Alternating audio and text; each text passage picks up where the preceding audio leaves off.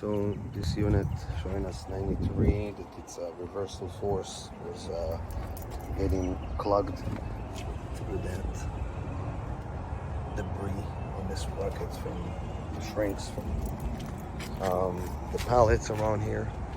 And then they have also some kind of a sensor reflector broke, but they put it like that.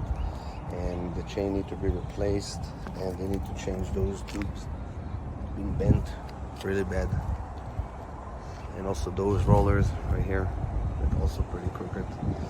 And then they have one of those tracks on the floor bent, so I'm gonna change that piece.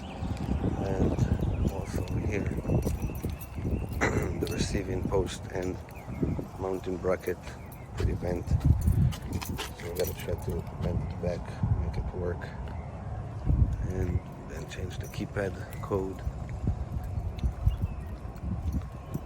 And I hope that's gonna be it.